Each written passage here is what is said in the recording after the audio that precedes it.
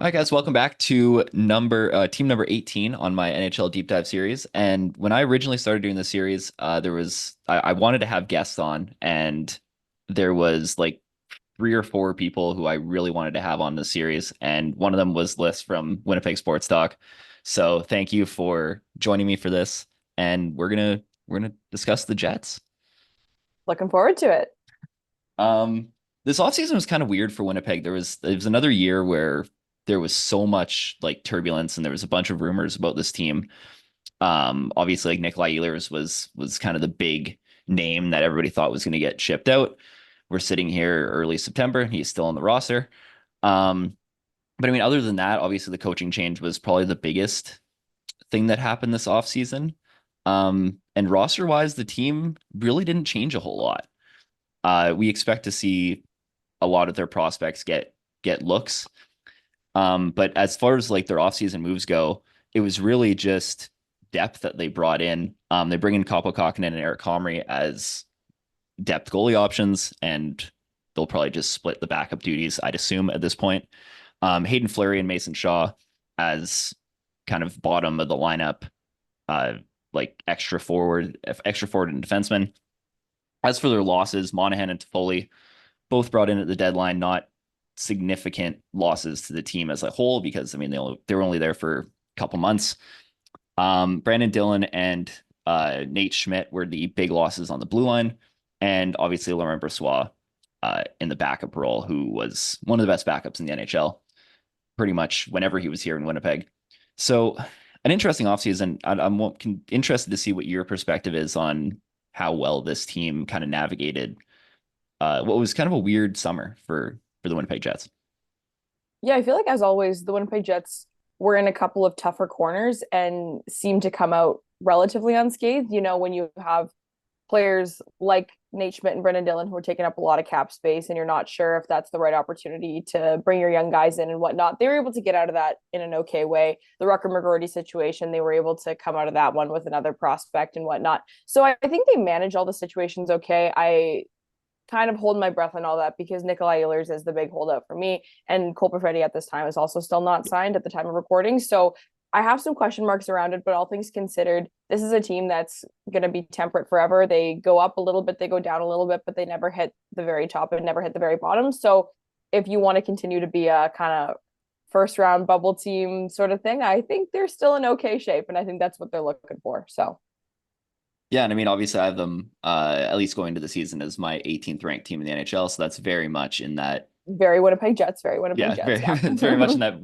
fringe playoff team kind of scope. And I mean, I've talked about it in my St. Louis video, my Seattle video, and even like when we went to like Minnesota and LA like a couple weeks ago, it was very much all these teams are kind of treading water at this point, and some of them are going to get in. And I mean, Winnipeg has some pretty strong position groups, I'd say, that might kind of get them over the hump compared to some of those other teams. And one of those groups is their forward core. I actually have their forward core tied for ninth best in the NHL going into this season.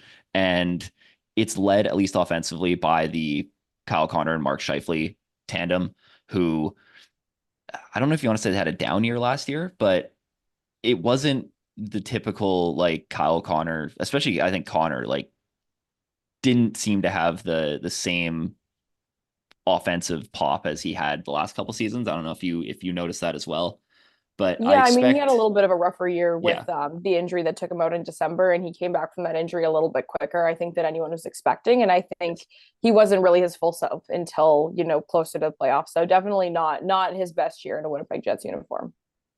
yeah, and I mean, like I feel like Shifley is one of those players too that I mean we talk about all the time being a black hole defensively, but offensively is really where he seems to find it seems to be his strength on this roster. And I think both those guys are kind of the keys to this top six, at least finding a ton of success. Because they're gonna have to outscore a lot of teams. I feel like this isn't gonna be your shutdown, like mid 2010s Minnesota Wild, who are winning every game 2-1.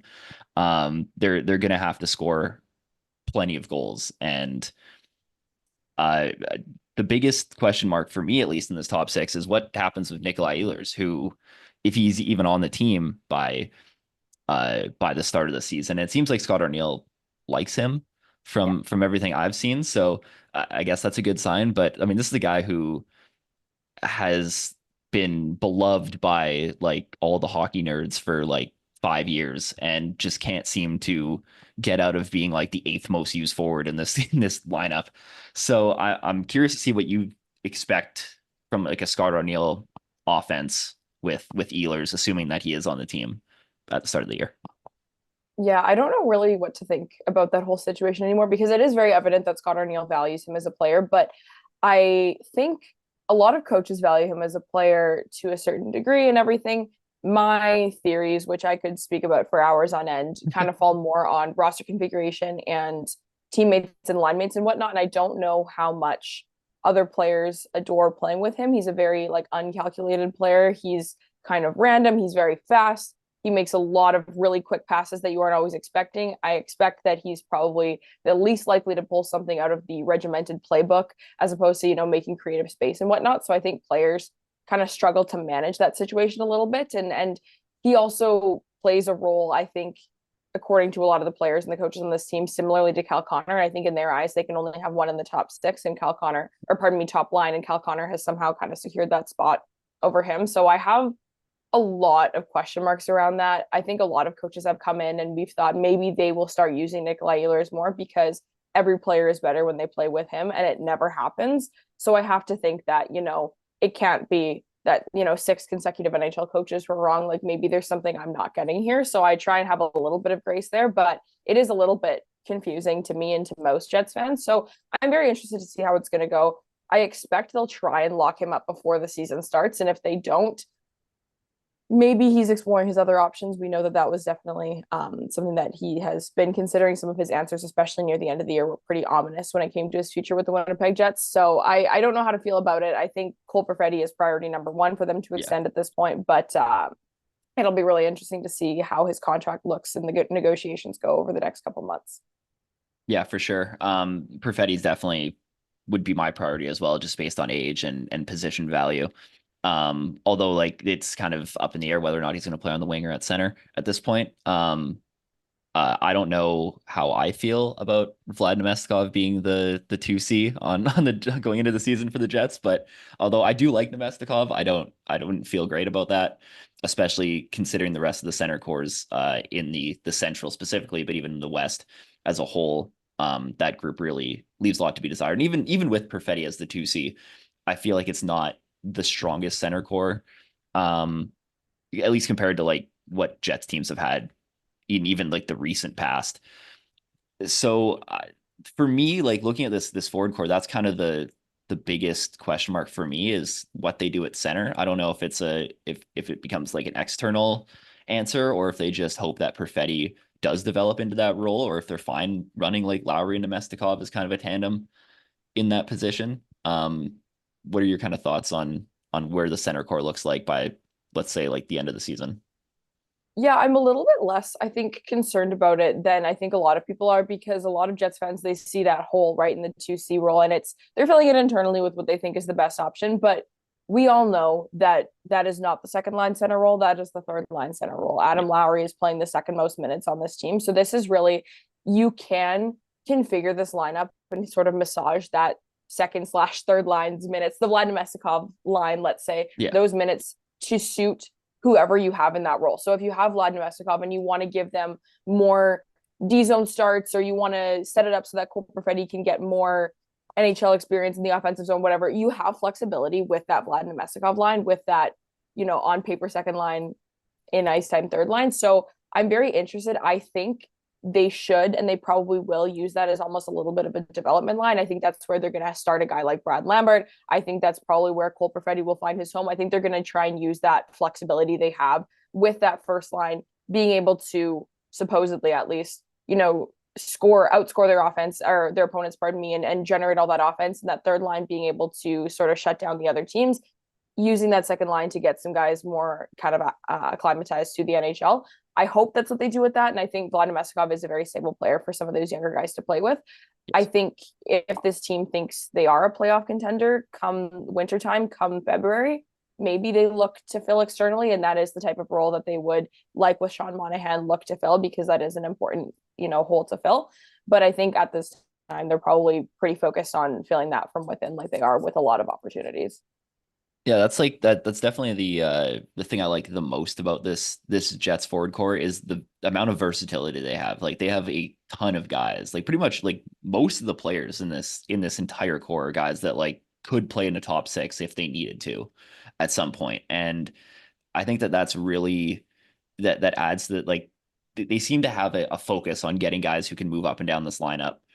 And that seems to have been the really like the uh kind of the main thing that they've been trying to do. I mean, you look at a guy like Niederreiter and even like Velarde and Iafallo, um, are all guys who can do that. I mean, Nemestikov's been bouncing in like around the lineup, and even like guys like Alpson and Barron have had to step up in moments, maybe not into a top six role, but they've been guys who have that ability to kind of slide up and down the lineup. And when you're inserting younger players into the lineup, guys like a Brad Lambert and a Cole Perfetti, that really does help their development, being able to kind of be thrown into like offensive situations or defense situations and play with guys who can handle that. And I guess the last kind of thing I want to touch on with the forward core is Brad Lambert and what he projects to be. I mean, I loved him out of the draft. I think I had him like 12th on my draft board that year, and most people had him far higher than where he ended up.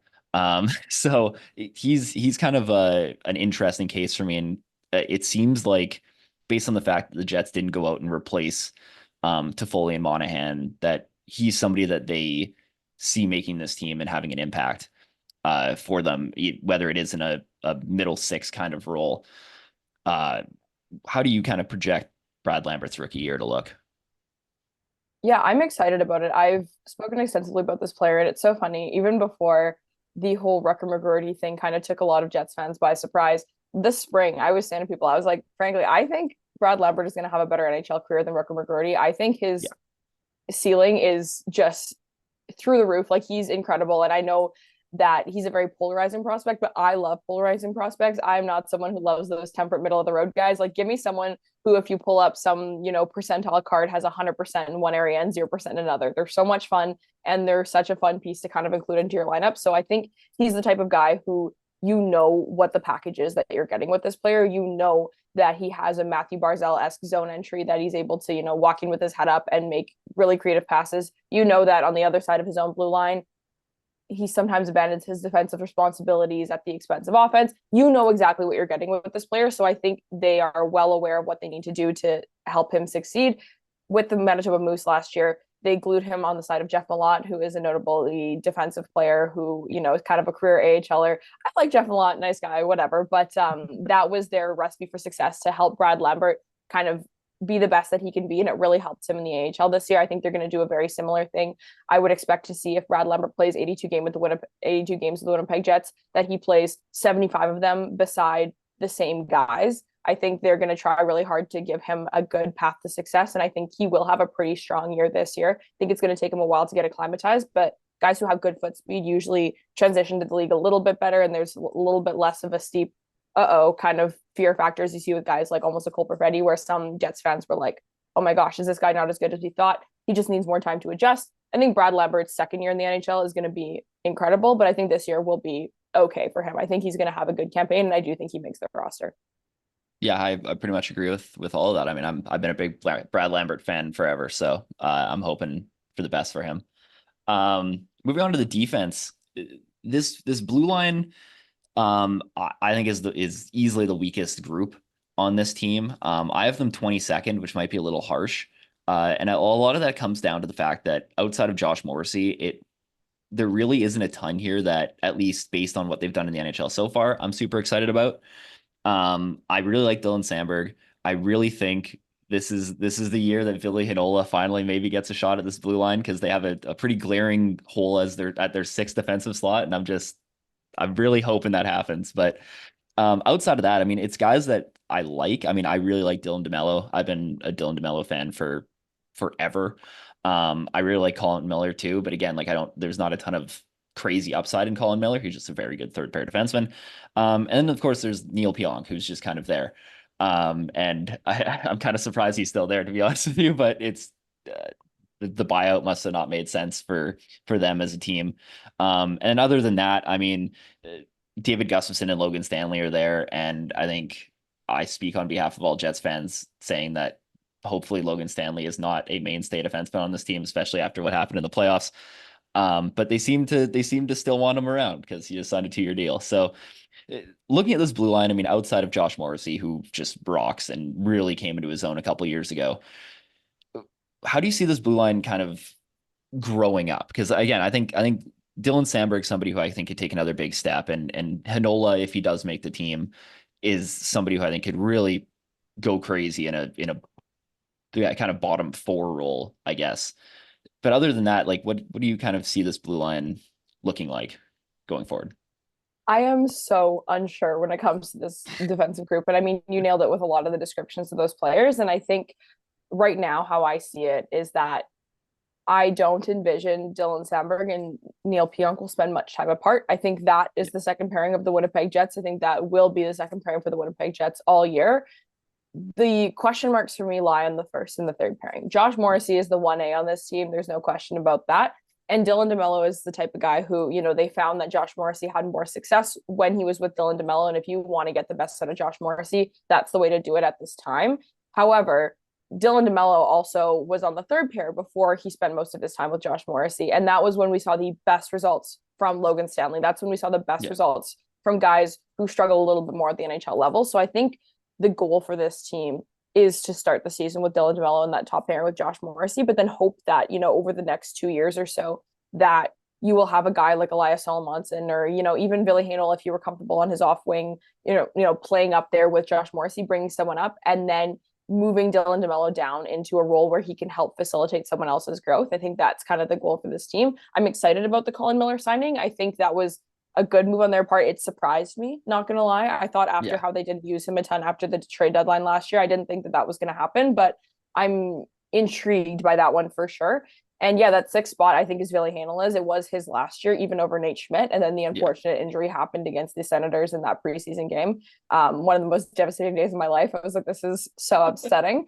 But I think this year, if he can have a similar camp to how he did last year, that spot is his. And Logan Stanley, I think, is the perfect seventh defenseman for this team. I don't want to see him playing super often, but if you really think you need to bring someone in to fight someone and they have to, get kicked out of the game or sit in the box for 5 minutes, at least it's someone who's not taking away from a ton of other huge, really important aspects of the game. So whatever this team wants to do, I'm very interested to see what their kind of plan is, but I'm not going to look too much at just this year. I think right now they're starting a mini 2 to 3 year plan right now to try and shape this core up, because I think this is kind of a stopgap year for this decor. Yeah, and I can definitely see like the light at the end of the tunnel with this blue line. It's not as gloomy as it was for a couple of other Oh, teams like and around how this this team area. was in 2019 or something Oh like that. yeah. Holy smokes. Yeah. I mean, this like looking at kind of the outlook of this blue line, it's really the first time since even like the post Bufflin like era that I can see like a legitimate future. Because even after that, I mean, people were very upset with even a guy like Josh Morrissey, who a lot of people consider to be like one of the worst contracts in the NHL, and he really kind of came into his own post Paul Maurice. It seemed like that change kind of flipped a switch in him. And it's weird because you've seen so many defensemen in Florida really go. I mean, I just talked about Brandon Montour yesterday in my Seattle video, and you've seen all these defensemen just go crazy. I mean, Gustav Forsling and Brandon Montour in that Paul Maurice system. And as soon as Josh Morrissey left it, he seemed to become a top end defenseman. So it's strange how it seemed to work out for everybody else except for him. But I mean, I'm glad it did because he's been super fun since over the last 2 years, especially. And yeah, I mean, if they can find him if they can find him somebody else to play with and move DeMello down, this blue line suddenly looks like significantly better. And I mean, Colin Miller kind of seems like the player I'd love to play a Ville Heinola with. So I'm really hoping that that he gets that spot. So Just well, bombs, shot point, only points from the yeah. shot. That's it. That's all we get. And so finally moving into another very strong unit on this team, I have them in ninth solely. And this is kind of a big moment because this is the first time in this series through 14 videos that we have a player rated as an A plus. And that is Connor Hellebuck, who is one of four goalies who I have in this tier. And I mean, there's not much to say about Connor Hellebuck. He's going to be a Vezina candidate forever. He's been arguably the best goal in the NHL over the last like 4 or 5 years. But the thing I really want to talk about this position group is the backup position because forever we've seen Connor Hellebuck play like a high game count and then completely fall apart in the playoffs because whether it's the team in front of him, whether it's the amount of games played he's played, it just doesn't seem to click as soon as the playoffs come around. And the Winnipeg Jets decided to put a band-aid on that problem with two guys who I'm not very fond of in Eric Comrie and Kaapo Kähkönen. And I understand them not bringing back Laurent Brossoit because of the money. And I guess he wanted more opportunity. I mean, in Chicago, he's going to play significantly more than he did in Winnipeg. But I mean, I've fantasy booked James Reimer to about 50 teams, and Winnipeg is another one of those teams that I think could have looked at it like somebody like a James Reimer for.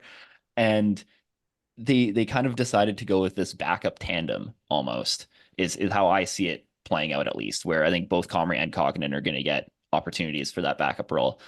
I'm curious to see what your thoughts are on the game count, first of all, for Hellebuck, and if they are going to kind of go with like a starting pitcher, like pitch count kind of thing with him this year, and what like which goalie kind of ends up taking that spot um by the end of the year.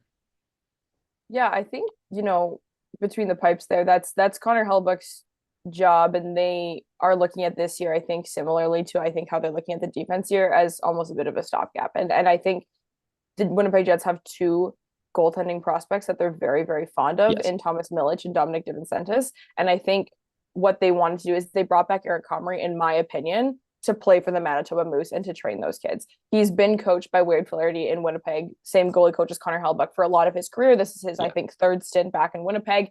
And, all the guys are really, really fond of Eric Comrie. I think they want to have him down there helping those kids and whatnot. I think Kähkönen's probably going to play most of the backup games with the Jets, Yeah. kind of all things considered. But I think the goal is for one of Milic or DiVincentis, probably Thomas Milic, to take over the backup role next year. And they sort of just signed these guys to kind of put themselves in the best position for next year. So I think that's kind of where I fall in that one. I think Connor Hellebuck probably, I don't think he plays a career high number of games this year, but I don't think he's going to, be playing 60 games, 55 games. I really don't see that happening, unfortunately. But when it comes to the playoffs and his performance and whatnot, I get a little bit frustrated because there are so many people that blame him for a lot of things, because you're right, it's not his peak performance for sure, but so much of this Winnipeg core, for lack of better terms, doesn't have that dog in them when it comes to the playoffs, and he's the Yeah. one that is just the most noticeable in. But I don't think he's kind of the biggest problem. I don't know how much exhaustion does play into it, because we don't really have much of a sample. Otherwise, he has played a lot of games for his whole starting career, so I'd be interested to see if this would be a type of year where, if it's very obvious the Winnipeg Jets are not planning on winning a Stanley Cup this year, maybe this is the year that you try it out. You get Connor Hellebuck to play 55 games and see if he performs better in the playoffs, and then you'll know in a year where you're looking Yeah. to be a little bit more competitive. So it'll be really interesting to see what happens there. But I think Kähkönen wins the backup role, and then obviously, kind of injuries aside, whatnot, he'll probably hold that, I would say, for probably most of the year. Yeah, he's definitely my front runner for the position now, especially just based on NHL experience over the last couple years. Um, Also, I'm pretty sure Eric Comrie's Jet stint might be up to like 8 because of all the waiver claims between him and Very Detroit over the true. last couple of Yeah. years. But Oh my yeah, I mean, gosh. overall, like I think the Jets have a better outlook than a lot of the teams kind of in this area. I think that their potential is higher than some of the teams I've discussed recently, just because of all the like the unknowns with players, right? I mean, like Villanola could be somebody who steps in. I think Dylan Sandberg could take another step forward. You have Perfetti and Lambert, who both. I mean, Lambert doesn't have any kind of rating at this point, so he'll obviously get better than what I have him at the moment. But though, like there's enough potential here on this roster that I'm fairly confident that of the kind of log jam in the West, the Jets might be my front runner to get one of those wild card spots. And I think that's kind of where this team wants to be at this point in the season. Um, and like you said, this feels like it's almost like a stopgap year. And I think next summer and the summer after are going to be the two big years for kind of this iteration of this Winnipeg Jets team. And it'll be interesting to see how the management team kind of handles that, and to see if Scott Arniel's second stint as an NHL head coach goes a lot better than his first one did. And obviously, he's got a lot more experience now than he did when he went to Columbus. And I've decently high expectations for him, based on what I've heard and what I've seen over the summer, that things should be at least better than they were with that Blue Jackets team, which was just a mess to begin with. So I don't think it wasn't all his fault that they didn't work out anyway. But yeah, I think that's about it. Unless you had anything else to add about the Jets going into this season. Yeah, I mean, I think it's just I say this every year because when you follow any sports team as closely as I follow this team, and as I'm sure everyone watching follows their own respective teams, like every season, the beginning of every season is just interesting. Like there's always something that changes, and you're always interested to see what's going to happen. So yeah, full year of Scott Arniel obviously affects everything. I still don't think we've seen the best of Gabe Lardy in a Winnipeg Jets uniform, and he's been really fun. I think that's another player I'm super keen to see. And obviously, anyone who knows me knows that I think the world of Billy Hanel, and I really want him to have a successful NHL career. So that's another player I'm really pumped to hopefully see. And Cole Perfetti is also, I think probably of all of the players, I think he's the biggest one to kind of keep an eye on, and even like keeping your fantasy hockey back pocket sort of thing, because his breakout year is coming. I just know it. Yeah. It's on the cusp. It's going to come up. That player is too smart at an NHL level to not see some success sometime soon. So it'll be really interesting to see how Scott Arniel sets this team up for success, and if it works out or not. Yeah, I pretty much agree with all that. I mean, I'm a huge Perfetti and Hello fan as well. So please make us look smart. Um, yeah. So this is kind of your moment to plug whatever you want to plug, and let people know where they can find you. Yeah, I mean, this is a ton of fun. I love talking Winnipeg Jets, and I do it pretty frequently. It's quite funny. I actually, what I do on Winnipeg Sports Tech is also called the deep dive. So, we're on the same page here about how much we love kind of diving into the nitty gritty of certain topics and whatnot. So, on Winnipeg Sports Talk, myself and my co host, Connor Rabchak, we do a deep dive on players that Winnipeg Jets fans care about. So typically they are prospects or guys who play for the team. But, as this year gets started, if there is a huge trade target or something like that that Winnipeg Jets fans want to hear about, we'll talk about them. So, pull up some charts, tell you what they mean, show you some video content, show you some photo content, just to try and make you a smarter hockey fan when it comes to the particular players or concepts that we're diving into. So you can subscribe to Winnipeg Sports Talk on YouTube. That's where you can find everything on there. And I would say my most active social platform for sure is my Twitter, or X, depending on what you want to call it.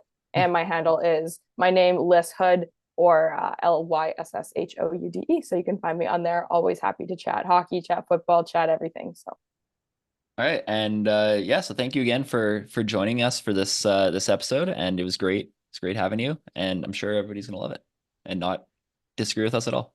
no, never. All right, thank you guys for watching. Make sure you like and subscribe, and the next episode will be out shortly.